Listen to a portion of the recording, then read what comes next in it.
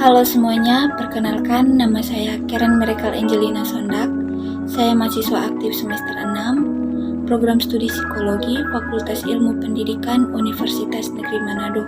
Pada kesempatan kali ini saya akan memaparkan materi tentang keterampilan dan perilaku konselor, teknik-teknik dalam konseling, dan pelaksanaan konseling. Yang pertama yaitu keterampilan attending. Keterampilan attending adalah perilaku konselor menghampiri klien yang diwujudkan dalam bentuk kontak mata dengan klien, bahasa tubuh, dan bahasa lisan. Proses konseling menuntut keterlibatan atau partisipasi dari klien. Oleh karena itu, kemampuan attending konselor akan memudahkannya untuk membuat klien terlibat pembicaraan dan terbuka.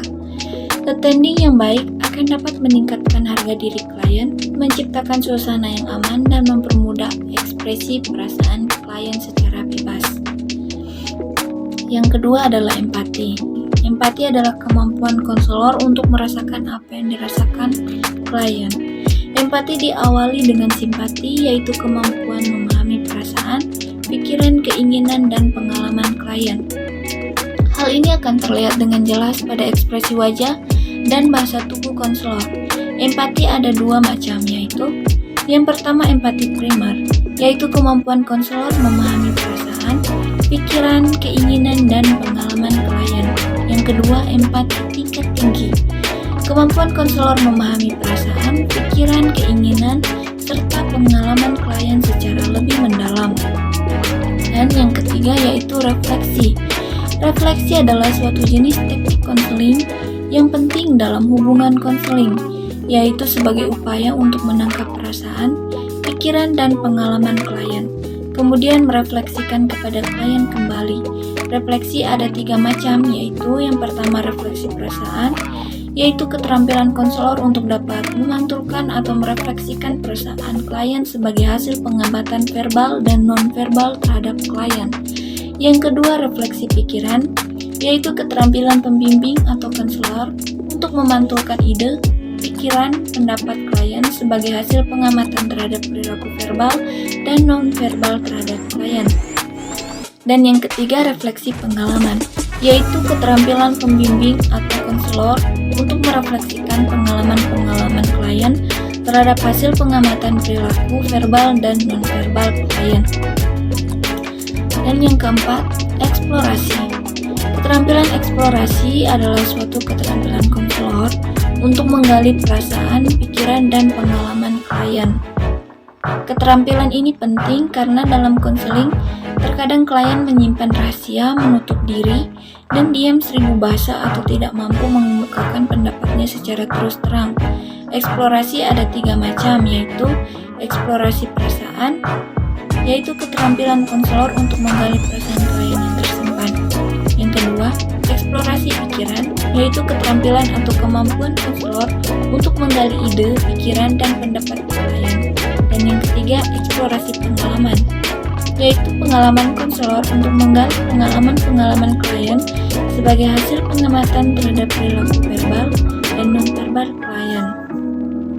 Seringkali, klien sulit untuk mengungkapkan perasaan klien dan pengalamannya kepada konselor karena merasa malu, takut, segan, curiga, tertutup, dan berbagai masalah lainnya. Dan yang kelima, menangkap pesan utama. Sering terjadi klien sulit mengarahkan pembicaraan dan menekankan tentang pokok-pokok permasalahannya. Hal ini karena dia terlampau emosional atau memang kurang pengetahuan bagaimana memecahkan persoalannya sendiri. Untuk mengatasi hal ini, perlu ada upaya konselor agar inti pembicaraan klien bisa ditangkap dan dibahasakan dengan sederhana serta mudah dimengerti oleh klien. Karena itu, calon konselor perlu dilatih untuk menangkap pesan utama klien atau disebut juga teknik paraphrasing. Selanjutnya, yang keenam, bertanya membuka percakapan. Keterampilan bertanya adalah suatu kemampuan pembimbing atau konselor mengajukan pertanyaan-pertanyaan pada sesi konseling. Keterampilan ini penting dimiliki oleh setiap konselor. Tanpa keterampilan ini, pertanyaan-pertanyaan yang diajukan konselor mungkin tidak dipahami klien, sehingga ia tidak bisa menjawab atau diam saja. Keterampilan bertanya ada dua macam, yaitu keterampilan bertanya terbuka. Pada keterampilan bertanya terbuka, pertanyaan-pertanyaan diajukan bersifat terbuka dan klien bebas menjawabnya. Dan yang kedua, keterampilan bertanya tertutup. Pada keterampilan bertanya tertutup, pertanyaan yang diajukan konselor kepada klien mengandung jawaban yang singkat dari klien. 7. Dorongan minimal. Klien sering tersendat dalam mengungkapkan emosinya. Hal ini disebabkan rasa tertekan yang kuat. Untuk memudahkan emosi itu keluar, maka teknik memberi dorongan minimal dapat dipergunakan oleh konselor. Selanjutnya, keterampilan interpretasi. Keterampilan ini merupakan upaya konselor mengulas pikiran, perasaan, dan pengalaman klien dengan merujuk kepada teori-teori. Sifat-sifat subjektif tidak boleh dimasukkan dalam interpretasi. Untuk menentukan alternatif pilihan dalam mengambil keputusan, seorang klien sering kebingungan karena kurangnya rujukan atau referensi. Mengarahkan adalah kemampuan konselor mengajak dan mengarahkan klien untuk berpartisipasi secara penuh dalam proses konseling. Kemampuan mengarahkan klien juga menjadi poin penting dalam teknik konseling.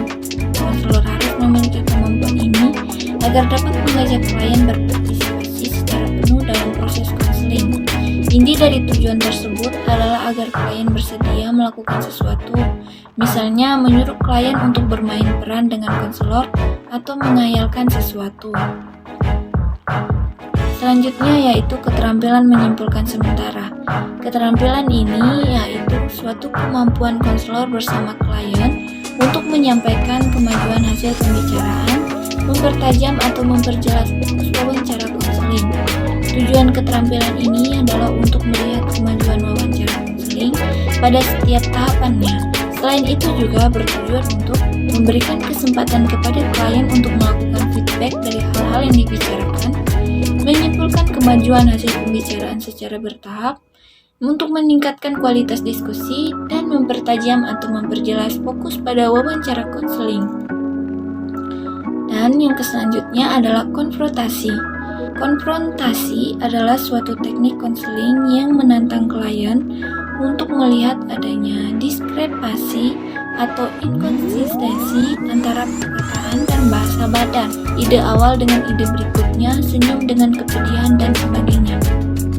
Adapun tujuan teknik ini adalah untuk mendorong klien mengadakan penelitian diri secara jujur, meningkatkan potensi klien, membawa klien kepada kesadaran adanya diskrepansi, konflik, atau kontradiksi dalam diri. Sekian pembahasan yang dapat saya sampaikan. Terima kasih atas perhatiannya. Saya ucapkan terima kasih.